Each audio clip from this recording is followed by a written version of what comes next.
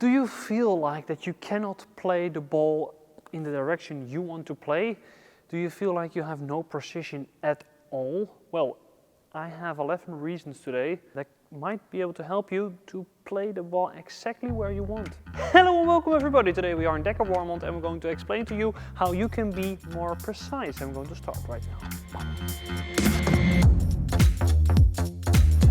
Oké. Ah, lekker boelie!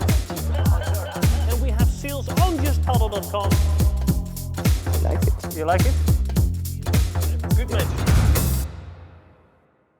Decision mindset. If I have people on the court, I don't really care about their technique. I don't really care about much at all. I don't give a no. The first thing that I want to teach them is the decision mindset. So if you enter the court, sometimes I see people that are a little bit lost, and I would like that they are in a mindset that they are, okay, I'm going to play the ball there, okay, I'm going to play the ball there, okay, I'm going to play the lob, okay, I'm going to play down, okay, I'm going to play in the corner. If you are on the court and you don't have any idea where you're going to play the ball, you're not going to be precise, and you're not improving your precision. So I think if you want to play into the corner and you think about, I'm gonna play in the corner, even though you don't succeed, you will improve because it's like target practice. Think about where you're going to play, try to play there. Doesn't matter if it would be nice if you hit a target, but try to visualize a target. Try to visualize a kind of glass where you're going to play on. Visualize the foot of the right player where you're going to play on. Visualize one of the opponents where you're going to play on, and you will improve your precision technically and mentally. Yeah, that's nice. Oh, tip number 2, early preparation. So let's say I'm going to play the vibra on the target. I would like to prepare first and then hit. So if I practice by myself, I would not do this. Zero control. So this is a late preparation and a very fast preparation. So to practice this by yourself, I'm going to be here already, which is my vibra preparation, behind my head,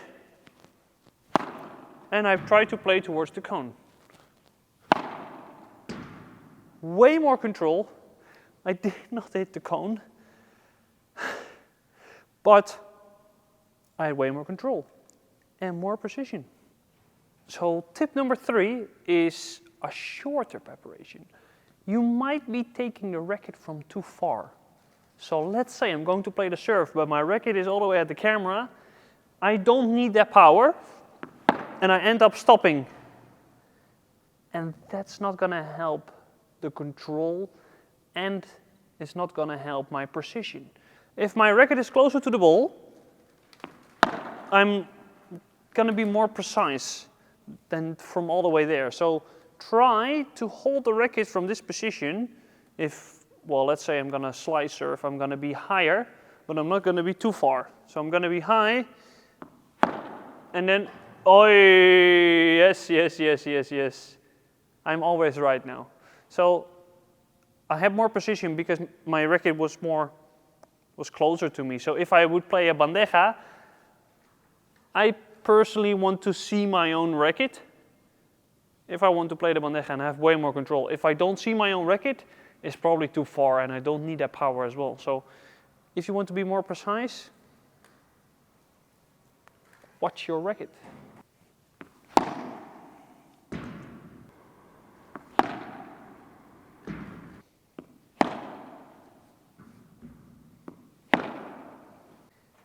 Tip number 4, the correct angle. The best explanation that I have is my own backhand from tennis. What I was doing in tennis, I had a double-handed backhand before I started to play paddle. And what I did, I was preparing what my coach called around the corner. So my preparation was here. And then at the last second, I needed to hit And I had to do that at the last second. So I needed to kind of snap my wrist. This is killing your precision. So he said, put it in the box. So if I am here at the middle line, the preparation should be in this service box where I'm not standing in, because from this position, I will do it with one hand. So with this one, I just toss the ball and I kind of have more control. If I'm going to prepare around the corner with one hand, so my racket is facing to the camera, and then at the last second, it has to change. I cannot even hit the ball. And I had a super bad backhand, and just because of this tip, my backhand now is, the backhand return now is my best shot. And I fixed that by stopping to go around the corner, but to keep it in this position or to keep it the same as the middle line as a reference. So if you want to train this, let somebody feed you the ball and just prepare in the same way as in the middle line and play the ball. It's very easy.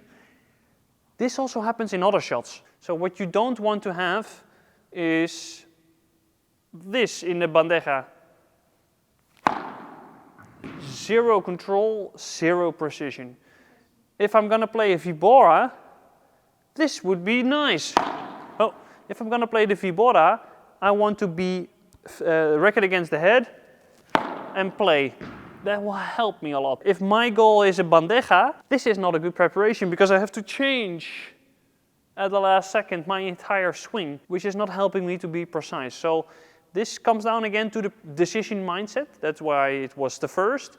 You need to be sure and accept the fact that you're going to play the smash or the vibora. You're not going to change last second. If you change last second, this is what's going to happen. Tip number 5, the contact point. 3 balls. Contact point in front of me, contact point next to me, contact point behind me. You need to know this. If you hit the ball in front of you, look at my racket, where's the ball going? Cross courts. If I hit the ball next to me, it's going to the middle.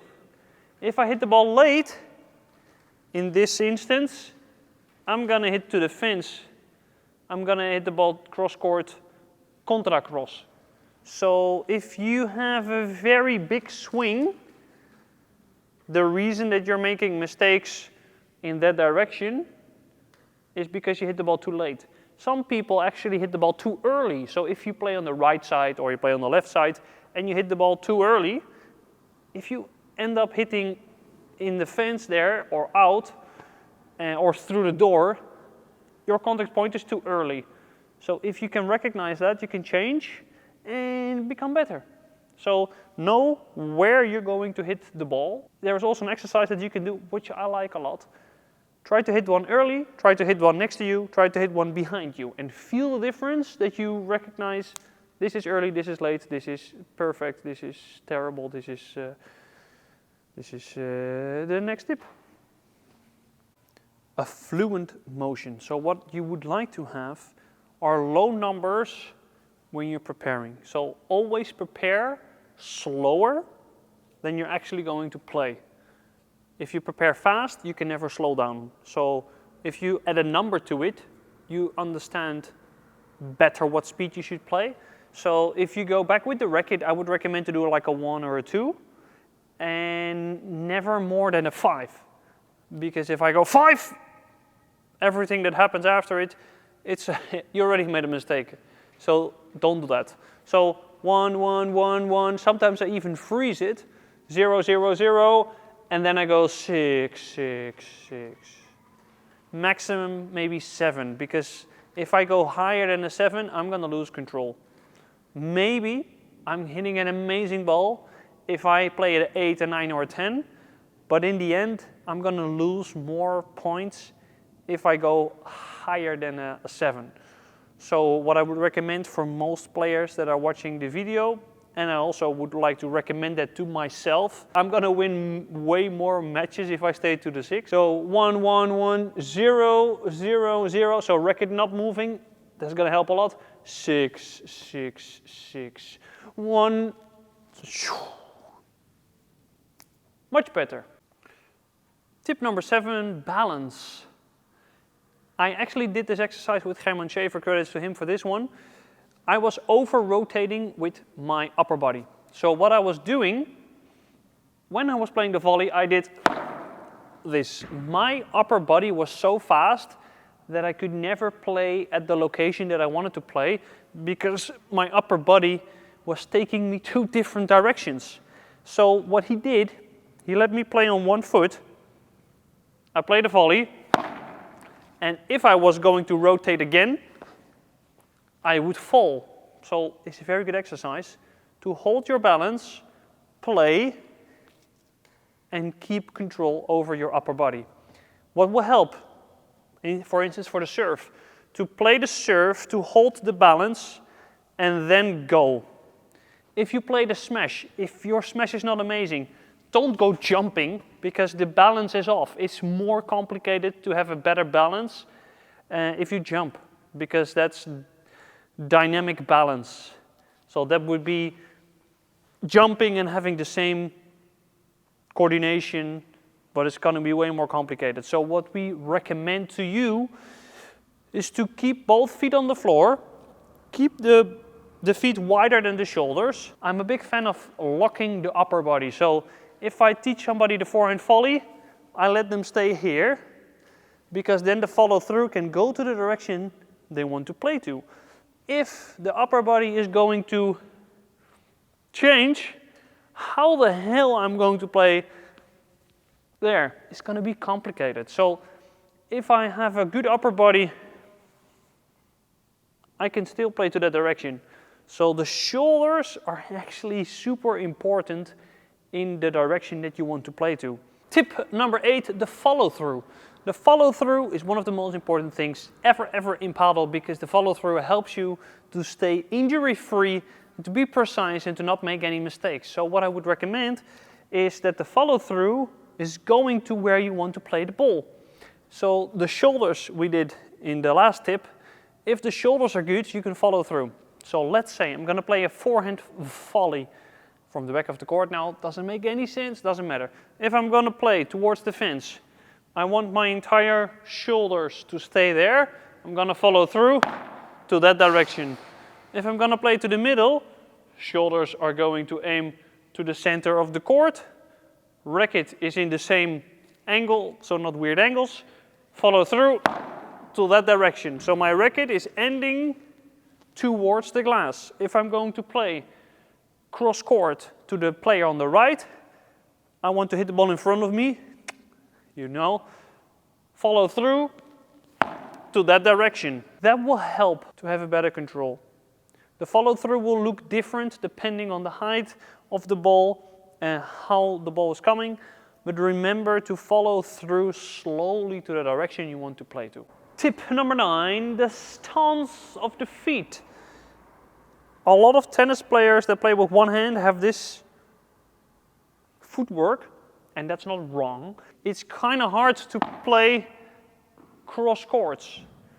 So the feet actually make it happen, and also the shoulders. So if the feet are in this position, my shoulders are lined towards straight. So this will help me to play straight. So if you cannot play straight, I might put you in this position to help you play straight. But if your opponents see that you have this footwork, they know they have to cover straight and not cross court. So big difference. So what I would recommend is that the right foot is actually a little bit aimed at least towards the door. I would like this, because from this position I can play straight and I can play cross courts. So you're kind of open to all shots. If you're playing from the back of the court, you have to move backwards in order to have this same line. So from here I can play everywhere. From a closed stance, I cannot play everywhere, but I can accelerate a lot. But that's tennis, not paddle. Tip number 9, target practice. my favorite way of training, and also science proves that you have to train with multiple targets because there is more brain activity. You will learn more from something that is different, not from something that is the same. So they did a test once. One group had to aim on 2 targets and the other group on 1 target. Which group was better? What do you think? Let me know in the comments below. And this is why I recommend 2 targets. So if you're early, try to do this one. You have to move and you need to change. And you can actually do different ones. So you can do one in front and one here. So you can do like, okay, this one is softer, this one is harder, or this one is lower, this one is higher. This one has slice, this one has spin. And more happens here, you learn faster, trust me. The last tip is avoid a floppy wrist. And a floppy wrist is that you use the wrist too much. This will stop you from having master control. So what I would recommend to most players is to play in a fluent motion where you don't use your wrist too much. If I'm going to use my wrist, like for instance with the vibra, I only use my wrist if my contact point is amazing. If I hit the ball behind me and I use my wrist, it's over for me. So the wrist is something that you can use if your timing is really good, because then it will help. But if your timing is my level or lower, stop using the wrist, because it's going to hurt your timing a lot. And it's not necessary to add more power to your game. Precision is here, power is there. Thank you all for watching the video, and I'll see you next time. Hasta luego. Ciao, adios. Subscribe, like, everything.